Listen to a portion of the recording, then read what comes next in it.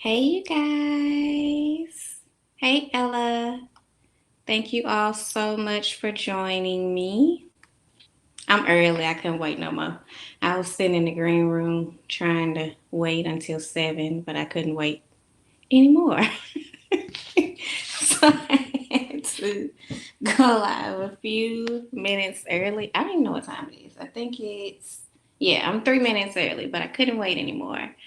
So, good evening as you guys enter in. Thank you so much for joining me. As you come in, let me know where you are in the world. I'm in Memphis, Tennessee. So, where are you guys located as you come in? And we'll probably get started with a discussion at like 7:03 or 7:04 because I know we're on CP time and not everybody's early and anxious like me. Houston, I've been to Houston once and I loved it. I want to go back. I can't wait to go back. I think my favorite part was the boardwalk. That probably sounds very touristy, but I think my favorite part was the boardwalk. Hey, Janice. You're in NYC. Wow. That's a goal. I got to work myself up for that though, because I would have to fly there. And I've taken one flight in like my whole life. And that wasn't a good first experience because we had turbulence on the way back home. And it almost did me in. Well, I was braver than I thought I was going to be, but I was definitely nervous and like I'm not doing this again no time soon. So I got to work my way up to going to New York. That was definitely an experience for that first flight. But actually, I don't think it's super duper far. I could possibly do that as a road trip now that I think about it, but I'm not sure.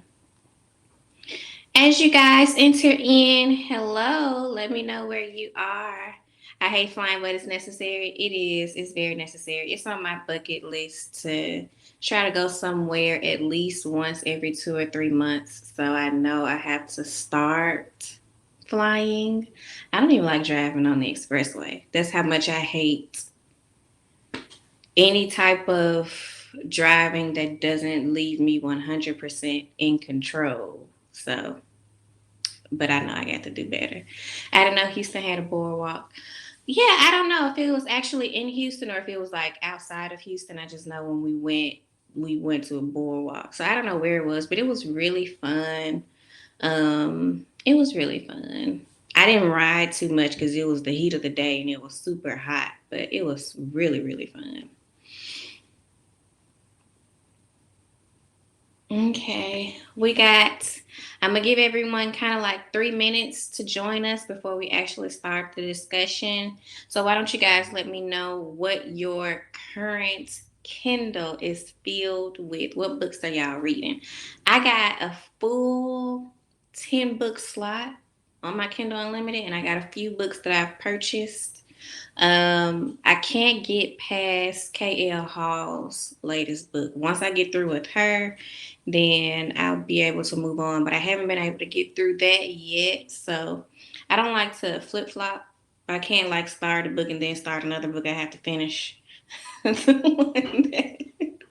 one that I start first before I can move on to something else. So I'm still trying to get through her book. And there's nothing wrong with her book. It's just with work, it's making it kind of hard for me to set aside that time to really be a reader right now. So but when I get back to it, that's definitely where I'm going to be picking up because I already know she gonna have me on a roller coaster of a ride. I absolutely love KL Hall and her book. She's the sweetest thing. So, what are you guys reading right now?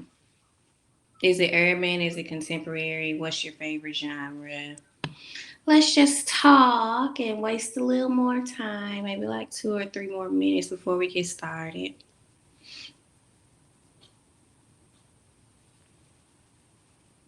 If I can. If this is your first time watching me live, y'all should know I ramble a lot and I go from one thing to another. So I'm going to try to hold out. Let me get this fan cut on because I'm getting hot already. Put on my feet. That should work.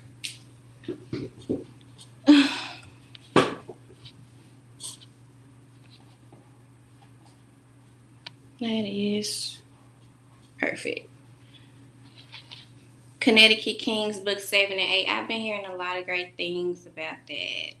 A lot of great things about that. It's funny because as an author, I can see myself doing a 7 and 8 book series, obviously because of the saga. But as a reader, I don't know if I could do it. I don't know. Which is so weird. My attention span as a reader is different from my attention span as an author. As an author, well, that's not true because even as an author, I get tired of characters real quick, and so my books aren't super long.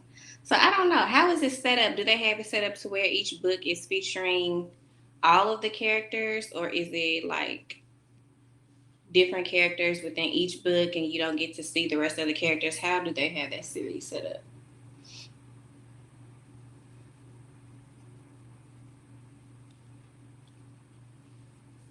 Hey, you guys that are just coming in, we're just chatting, giving everybody some time to join us. If you'd like, you can let me know where you are tonight in the world, what you're reading, your favorite genre, any random facts about yourself before we get started, which is probably going to be in like a minute or two because I'm anxious to get started. I'm trying to give everyone time to join us because I know a lot of us we be on colored people time, and I'm trying to give people time, but I'm really just anxious more than anything to get an idea of what you guys thought about it. And it's weird for me to look up in the camera. I'm gonna try to look up in the camera, but if y'all see me constantly looking down, it's because it's weird for me to look up in the camera.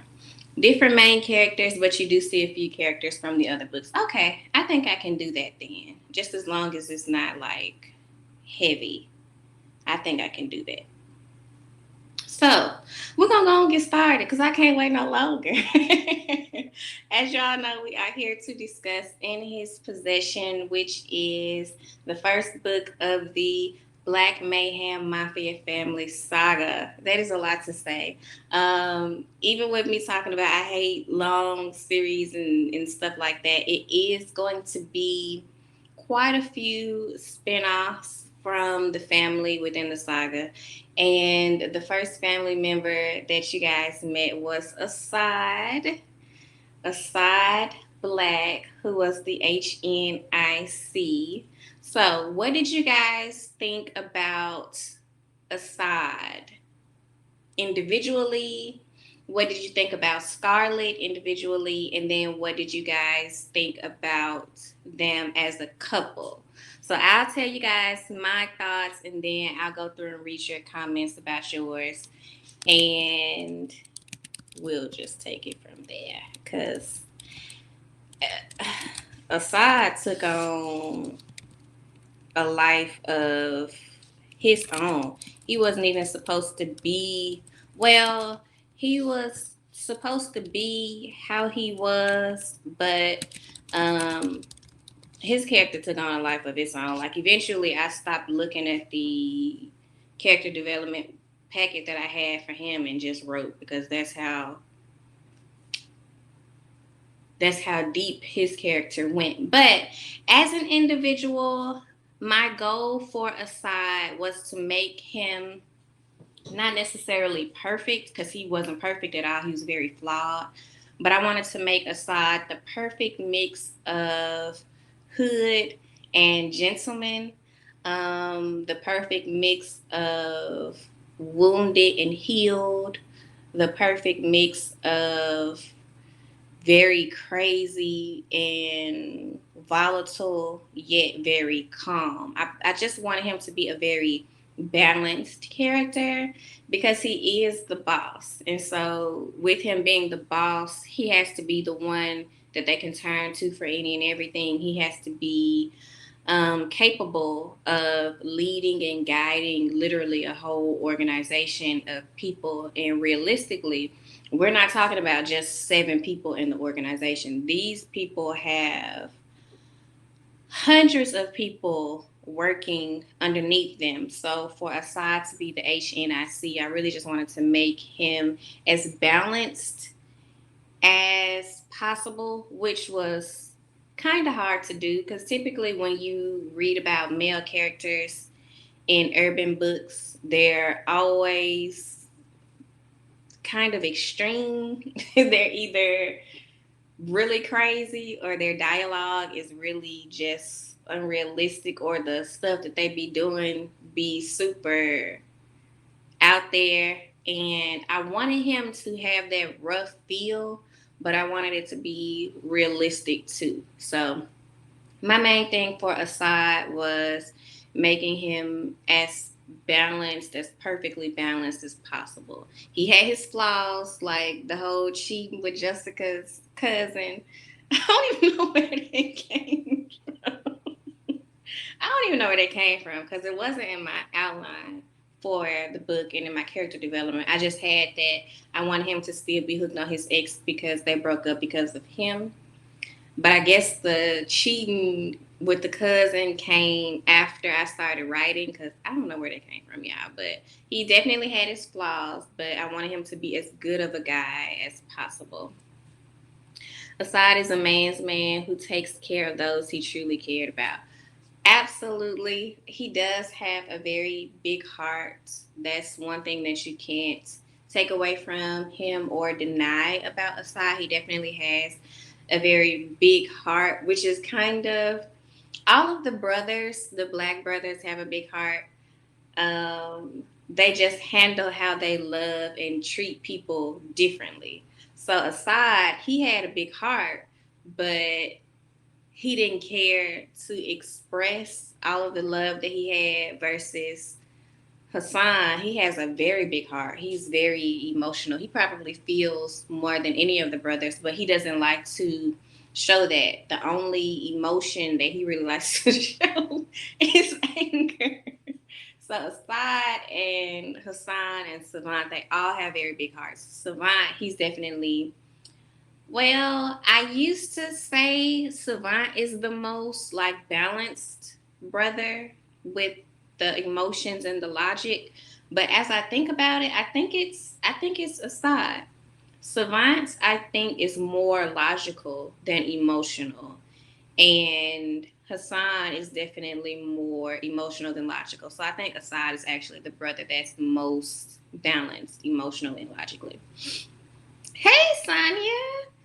Upstate New York. New York is on my bucket list. I just got to fly. And I'm not necessarily scared to fly, I guess.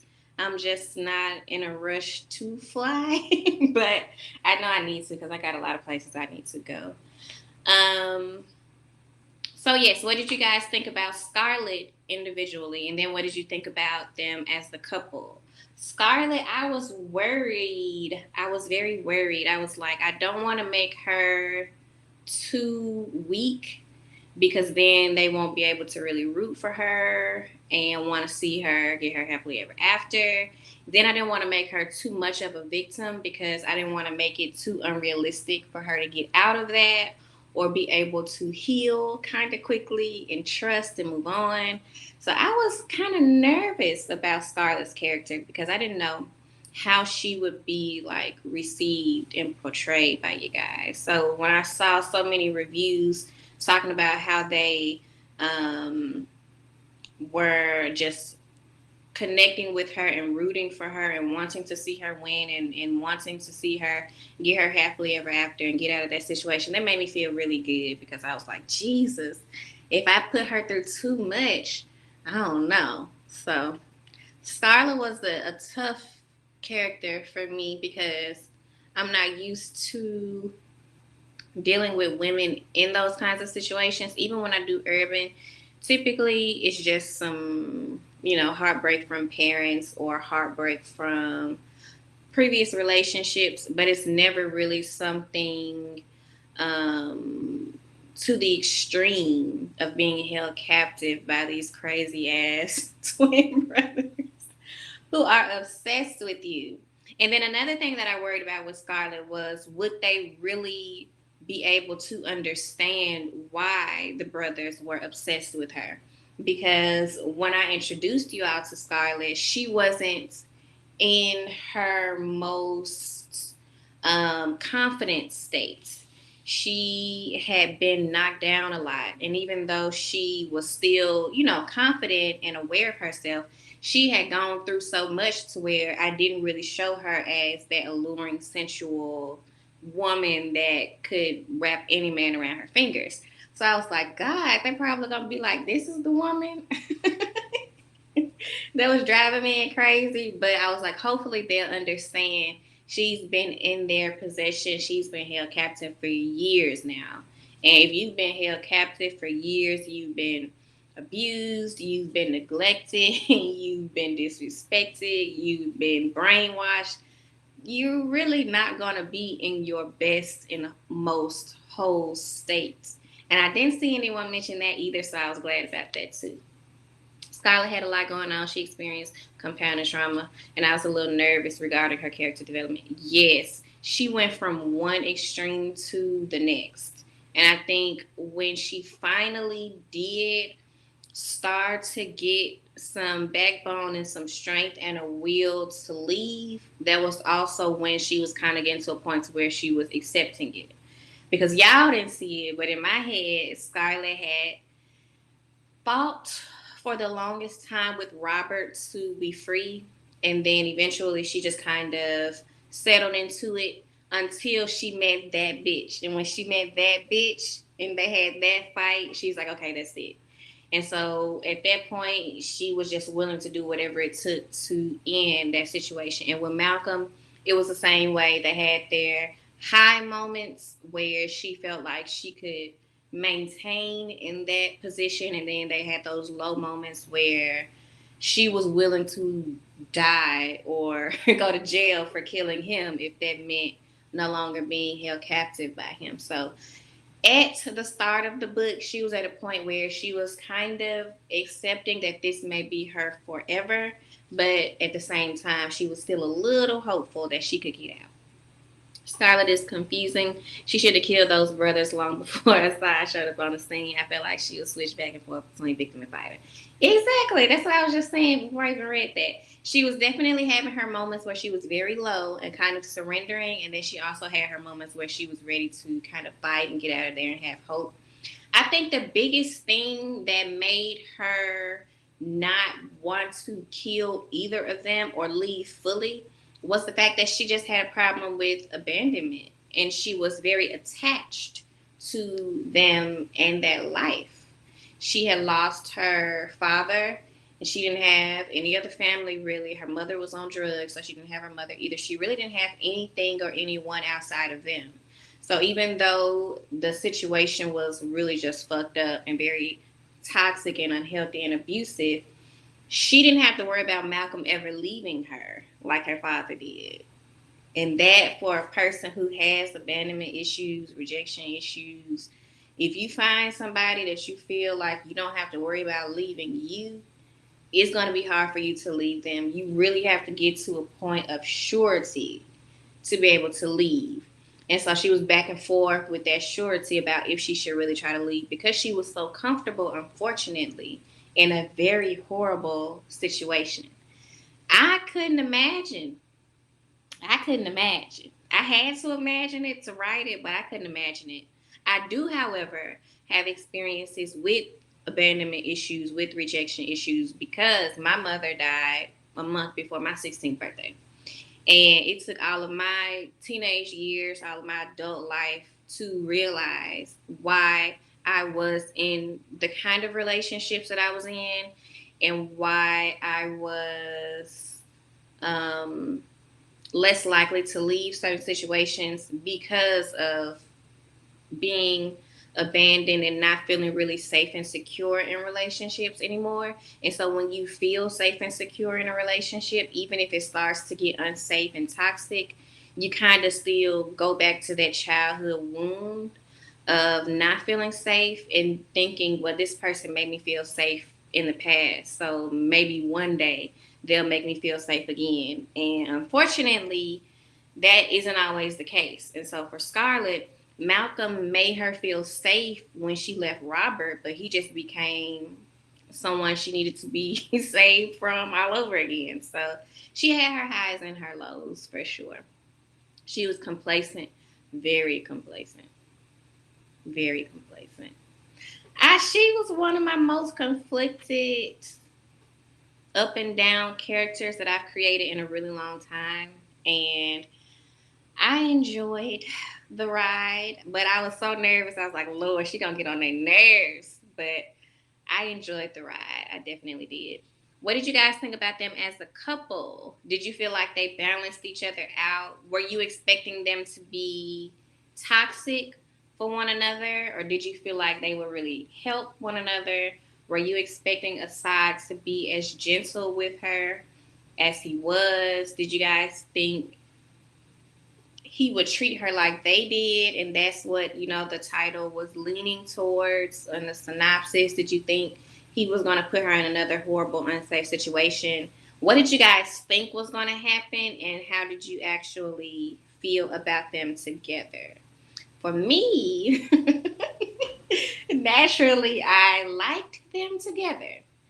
However, that wasn't my original goal for the book. I wasn't going to put them together forever. I was going to have them be together, and then she was going to leave, and then they would just go their separate ways because Asad was very set on her having her freedom. But I decided to work out a way for her to have her freedom and still be in a relationship, just because once I had got to the end of the book, they had developed such a connection that I didn't really feel comfortable ending it there. Plus, I didn't want to have to do another book to show them coming back together and getting married and having a baby and all of that kind of stuff. So I was like, okay, let me give her something she can do individually to heal and gain, a certain amount of freedom before they get back together, because I couldn't do it. I just enjoyed them together too much. I feel like they really balanced each other out. Um, and they gave each other strength where they were weak. And of course, they had a lot of things that they could relate to within each other, which made them compatible. And I don't think people take into consideration how important it is to, number one, heal from your issues from previous relationships in your childhood. But if you aren't going to heal from those things, I think it's very important to be aware of those issues and how they are affecting you in your relationships, because there was so much that could have went wrong within their relationship if Asad wouldn't have been as open and wise as he was and willing to put Scarlett first and do what was best for her above all. Like that could have went left horribly. I agree with Asad's choice to let her go and heal herself. Good. That was hard to do because typically I'd be wanting them together all the time. But I was like, he has to let her go or she's not going to be any good. So that was a very noble moment for him to me. Um, and I didn't want to. Did you guys feel like there was a? How can I ask this? Did you guys feel like you were cheated or slighted by not seeing Scarlett's 4 or 5 month journey to her healing, or did you feel like you didn't need to witness that? Because I didn't want to show that, but once I published the book, I was like, well, maybe they would have enjoyed that. So, is that something that you guys would have liked to see, like how she interacted with the rest of her family, how she decided to um, start her organization, all of that kind of stuff? Did you guys feel like you wanted to see that? I didn't feel like it was necessary because it was more of a romance at that point than just like women's fiction or about Scarlett. I feel like I needed to bring it back to the both of them. But how did you guys feel about that? I felt like they would end up together and they would be good for each other. Good.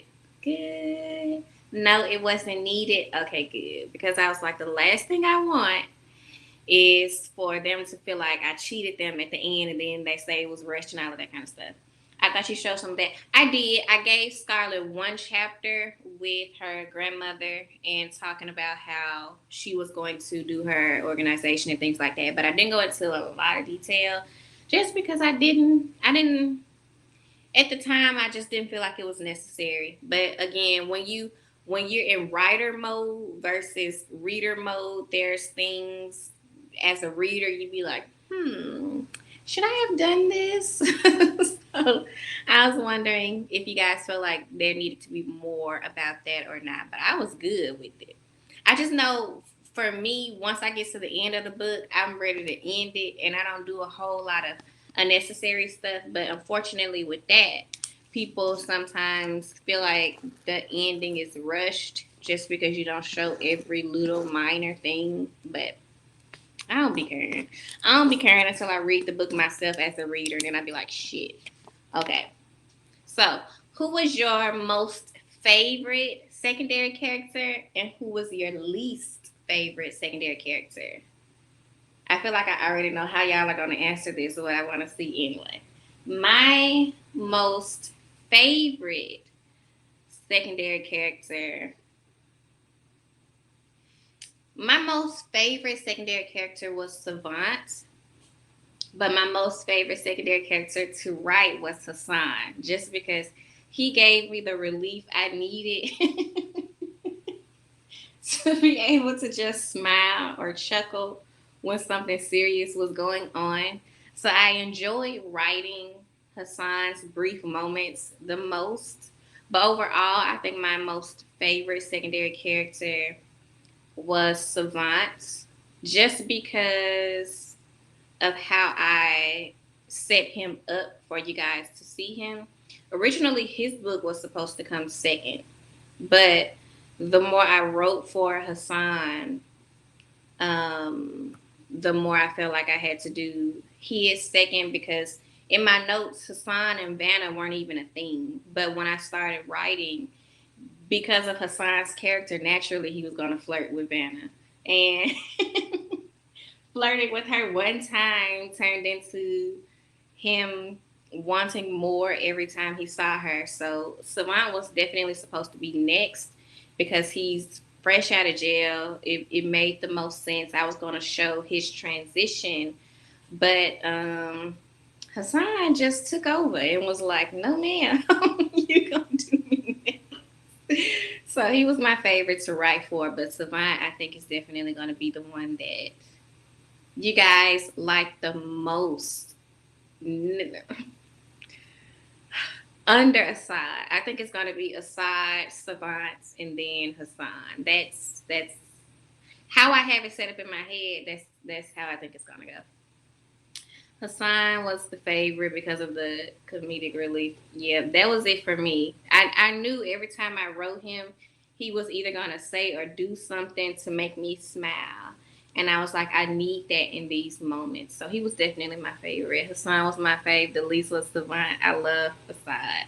I felt like they're going to feel like Savant is such a controlling asshole. I said they aren't going to like him and they aren't going to want to read his book. So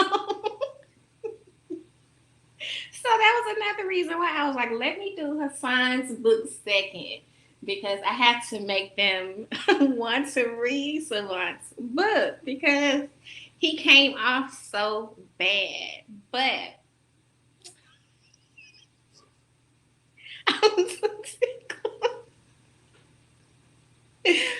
but you guys, Savant is a really great guy. I'm trying so hard. I'm trying so hard to stop laughing. This is really tickling me. Savant is a really great guy. What makes Savant a bad guy is he's used to being their brother father. So he is going to be very controlling. He is going to be very controlling. And his main love interest is going to be what helps him release that control because all he's thinking about is these are my brothers. I got to do whatever I got to do to protect them.